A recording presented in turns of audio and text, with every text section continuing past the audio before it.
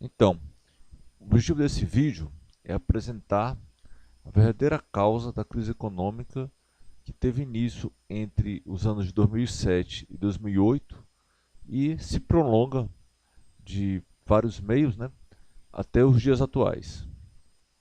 Então, esse vídeo é necessário para rebater as falsas explicações que os capitalistas dão por seus meios de imprensa, etc., sobre as causas da crise econômica iniciada entre os anos 2007 e 2008.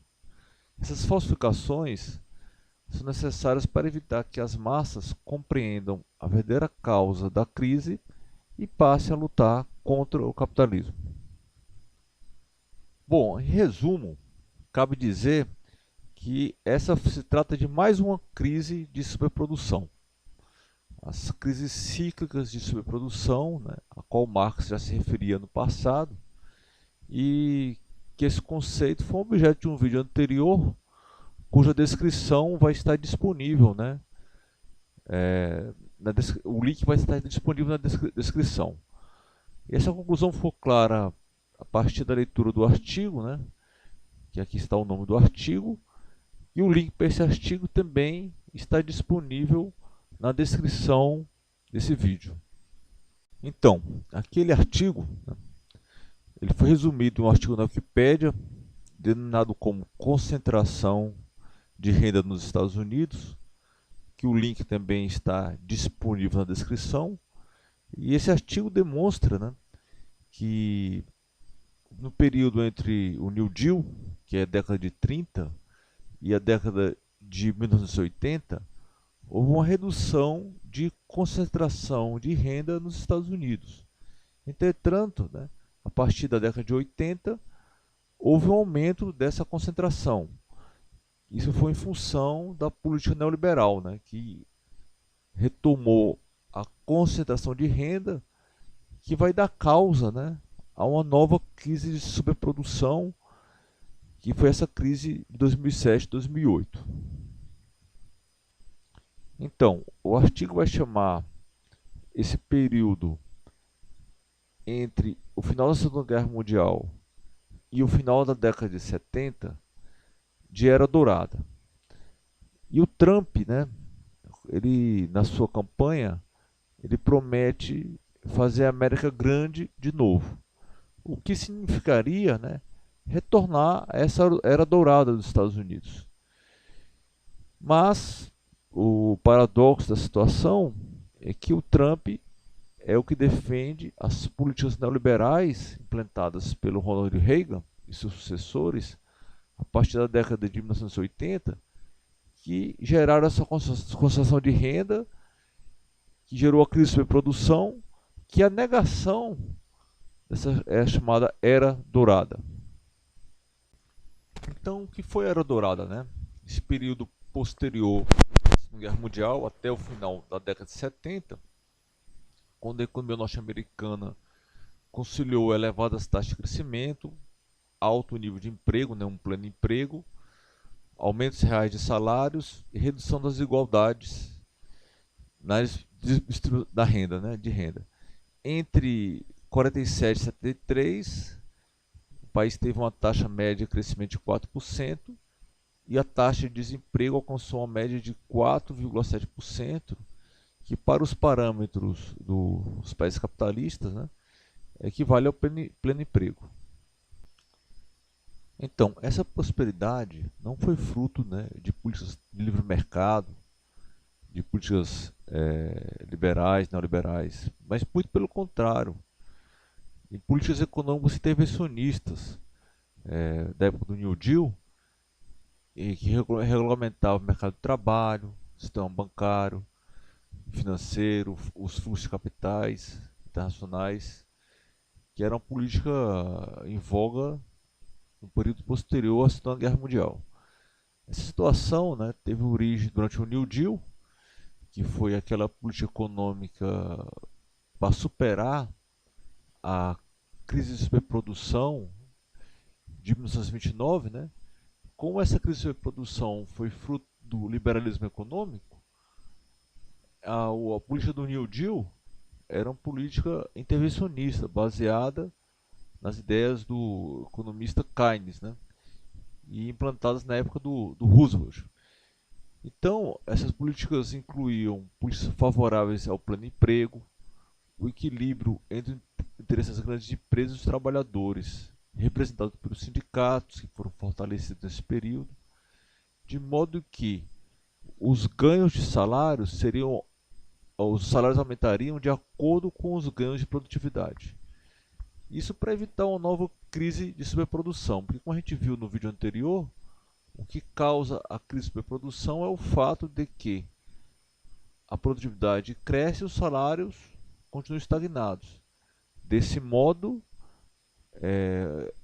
não existe para que as empresas possam vender as mercadorias, porque quem vai comprar tanta mercadoria se o salário está estagnado, né?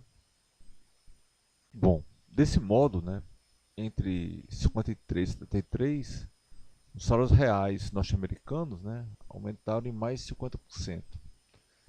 E também o autor lá do estudo destaca a intervenção do Estado na economia por meio da tributação para alcançar uma melhor distribuição de renda, né? Então, em meados da década de 70, o que acontecia? Os 10% mais ricos, antes da tributação, tinham uma renda superior a 60 vezes o montante recebido pelos 10% mais pobres. Entretanto, após a tributação, né, que havia uma alíquota progressiva muito pesada sobre as rendas mais altas, e as transferências, que eram políticas de proteção social, essa proporção caía para 17 vezes, né? Então você vai ver a importância da tributação para contribuir com a distribuição de renda. Então, né, o autor agora ele vai explicar a questão das alíquotas marginais, né, do imposto de renda. Então, o que é a alíquota marginal? É a alíquota que a pessoa que é tributada, né, paga a partir de determinada renda. Essa é feita uma tabela progressiva e quem ganha mais e paga percentuais cada vez maiores. Se você ganhar mais de US$ 1 milhão, por exemplo, você vai ter uma tributação bem maior, né? Por exemplo, de 90%, né? Então o que acontecia, né? Aqui no Brasil a maior alíquota que existe é de 27,5%, né? Independente se você ganhar R$ 1 milhão, etc., você vai pagar no máximo 27%.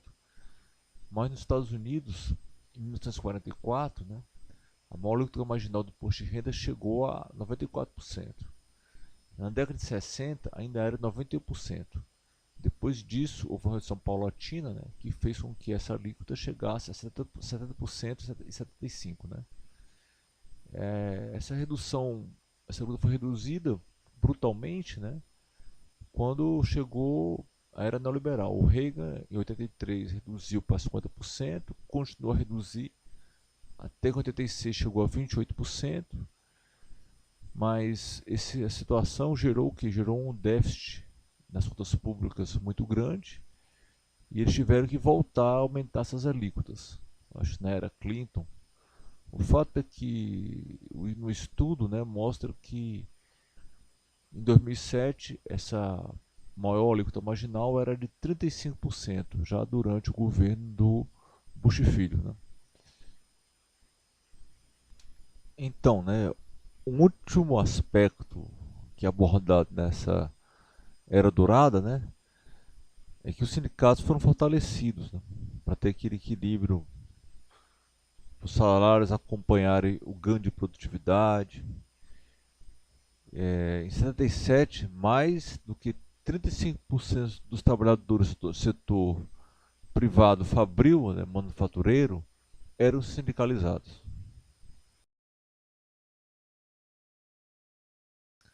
Como a alegria de pobre dura pouco, né, esse período favorável aos mais pobres teve início, né, teve um fim com a volta do liberalismo, o neoliberalismo, né, a restauração conservadora, que teve início ainda no final do governo Jimmy Carter, né. Havia um processo de alta inflação, é, foi uma crise desse sistema do New Deal, né, que teria se abordado em outro vídeo em outro momento. Mas o fato é que o Paul Volcker assumiu a direção do Federal Reserve, Banco Central norte-americano, e deu início a um processo de elevação das taxas de juros a partir do segundo semestre de 79, agosto, setembro, né? Isso aí realmente conseguiu controlar a inflação, mas levou a economia norte-americana para a pior recessão do período posterior à Segunda Guerra Mundial. Outros efeitos, né, foram os efeitos que isso aí causou uma crise da dívida externa latino-americana, né, uma recessão a nível mundial e uma década perdida nos países latino-americanos, foi a década de 80, a famosa década perdida. Então, acrescentando, né, que a gente vê que essa política de juros altos para controlar a inflação, com efeitos recessivos para causar desemprego na economia, né, que foi aplicada várias vezes no Brasil, não é algo recente, né, já foi aplicado desde o início do neoliberalismo no final de 79, do ano de 79. Bom, acrescentando, né, a gente percebe que essa política de elevar os juros para controlar a inflação, ela é empregada, né, fortemente desde o início do neoliberalismo, né, que foi para 79, né, nos Estados Unidos e foi aplicado no Brasil reiteradas vezes, provocando desemprego, né, falência de empresas, etc. Né? Esse receituário neoliberal, o foco dele é o combate à inflação. E a questão do desemprego é uma preocupação totalmente secundária. Como toda desgraça para pobre é pouca, né? Além de tudo, né, foram cortados os gastos que faziam parte da política de proteção social, ou seja, o Bolsa Família deles lá, mas foram aumentados os gastos militares, né, para a Guerra Fria, dando início a um período chamado de keynesianismo bélico. Né?